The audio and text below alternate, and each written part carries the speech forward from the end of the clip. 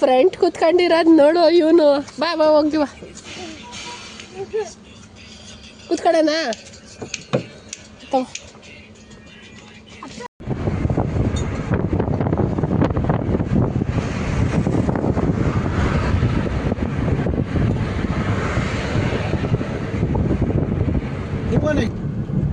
Hi friends, ಎಲ್ಲರೂ ಹೇಗಿದ್ದೀರಾ? Hope ನೀವು ಎಲ್ಲರೂ ಆರಾಮಾಗಿದ್ದೀರಾ ಅಂತ ಅನ್ಕೊತ ಈ ವ್ಲಾಗ್ನ ಸ್ಟಾರ್ಟ್ ಮಾಡ್ತಾ ಇದ್ದೀನಿ. ನಾವು ಎಲ್ಲಿ ಹೋಗ್ತಾ ಇದ್ದೀವಿ ಅಂತ ನಿಮಗೆ ಆಲ್ಮೋಸ್ಟ್ ಗೊತ್ತಾಗಿರ್ಬೋದು. ನಾವು ದೇವಸ್ಥಾನಕ್ಕೆ ಹೋಗ್ತಾ ಇದ್ದೀವಿ, ನಡ್ಕೊಂಡು ಹೋಗ್ತಾ ಇದ್ದೀವಿ. ಇಲ್ಲಿ ಲೇಕಿದೆ, ಇಲ್ಲಿ ಕಡೆ ಇದಿದೆ. ಮಗ ಹೋಗ್ತಾ ಇದ್ದಾನೆ, ಪ್ಯಾಂಟ್ ಹೇಳ್ಕೊಂಡ. ಸಾರಿ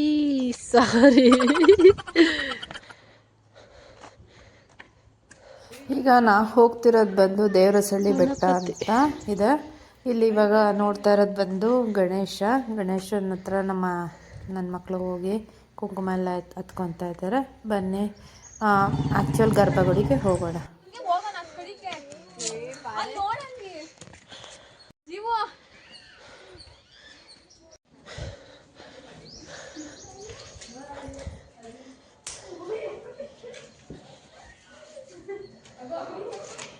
ಇವಾಗ ಮೇಲ್ಗಡೆ ಬಂದಿದ್ದೀವಿ. ತುಂಬ ದೊಡ್ಡ ಬೆಟ್ಟ ಏನಲ್ಲ, ಒಂದು ಮೀಡಿಯಮ್ ಸೈಜಿನ ಬೆಟ್ಟ. ಈಗ ನಾನು ಒಳಗಡೆ ಲುಕ್ನ ತೋರಿಸ್ತಾ ಇದ್ದೀನಿ ನಿಮಗೆ.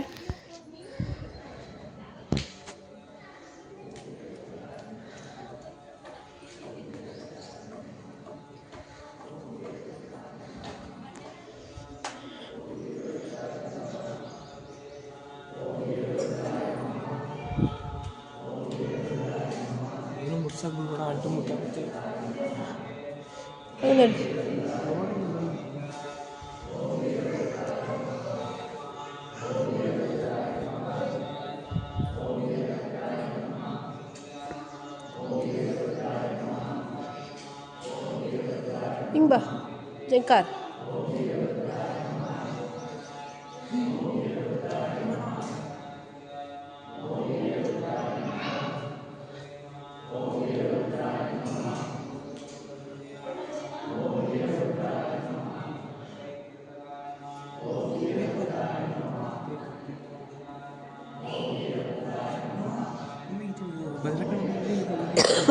ವೀರಭದ್ರ ಸ್ವಾಮಿ ಹೆಂಡ್ತಿ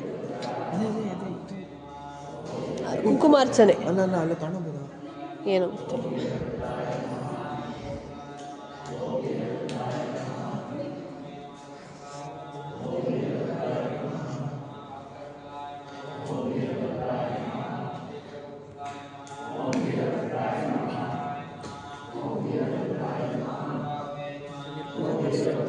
ಆಗಲಿ ಇರೋದು.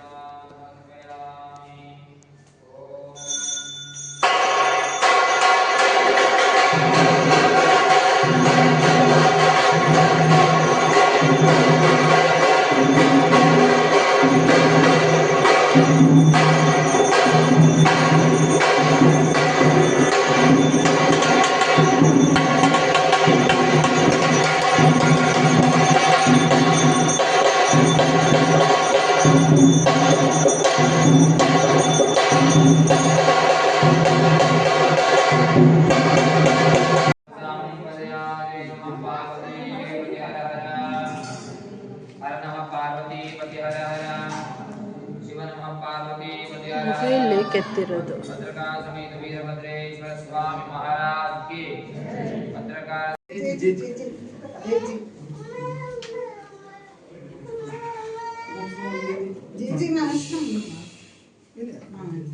ಇದು ಉತ್ಸವ ಮೂರ್ತಿ ಇದೆಯಲ್ಲ, ಈ ಉತ್ಸವ ಮೂರ್ತಿನ ಯಾವುದೇ ಗಾಡಿಗಳಲ್ಲಿ ಅಥವಾ ಟೆಂಪೋಗಳಲ್ಲಿ ಕುಂಡ್ಸಲ್ಲ. ಡೈರೆಕ್ಟ್ ಅಂದರೆ ಯಾವುದೇ ಡಿಸ್ಟ್ರಿಕ್ ಆಗಲಿ ಕಾಲ್ನಡಿಗೆಯಲ್ಲೇ ಕರ್ಕೊಂಡು ಹೋಗ್ಬೇಕು. ವಿತೌಟ್ ಚಪ್ಪಲಿಗಳು ಹಾಕ್ಕೊಂಡೇ ಕರ್ಕೊಂಡು ಹೋಗಬೇಕು. ಏನು ಅದಕ್ಕೇ ಇದು ಇರೋದು ದೇವರಸಳ್ಳಿಯಲ್ಲಿ. ದೇವರಸಳ್ಳಿಯಿಂದ ನೀನು ಬೆಂಗಳೂರಿಗಾರ ಕರ್ಕೊಂಡೋಗು, ಹಾಸನಗಾರ ಕರ್ಕೊಂಡೋಗು, ಎಲ್ಲಿಂದ ಎಲ್ಲಿಗೆ ಹೋದ್ರೂ ನಡ್ಕೊಂಡೇ ಕರ್ಕೊಂಡು ಹೋಗ್ಬೇಕು.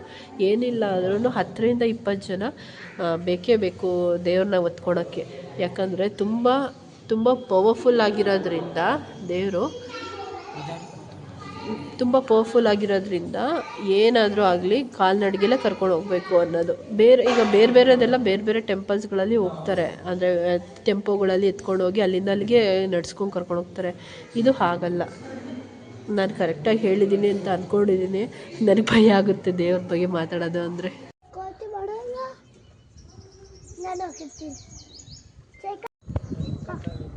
ನಿಧಾನಕ್ಕೆ ನಡಿ, ನಿಧಾನಕ್ಕೆ. ಈಗ ದರ್ಶನ ಎಲ್ಲ ಮುಗೀತು, ಕೆಳಗೆ ಬರ್ತಾ ಇದ್ದೀವಿ. ಪ್ರಸಾದ ಇದೆ ಅಂದರು, ಪ್ರಸಾದ ಮಾಡೋಕ್ಕೆ ಹೋಗೋಣ ಬನ್ನಿ.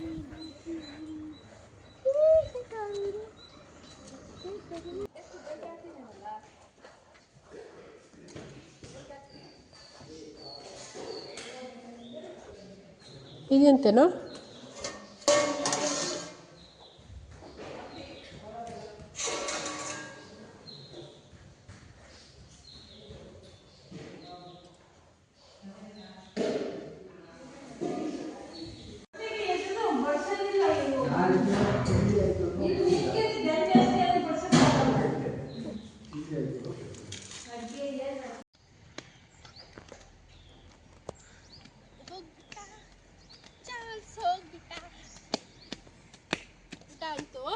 ಮಸ್ತಾಗಿತ್ತು, ಸೂಪರ್ ಆಗಿತ್ತು ಪ್ರಸಾದ. ಅದಕ್ಕೆ ನಾನು ತಿನ್ಕೊಂಬಂದೆ.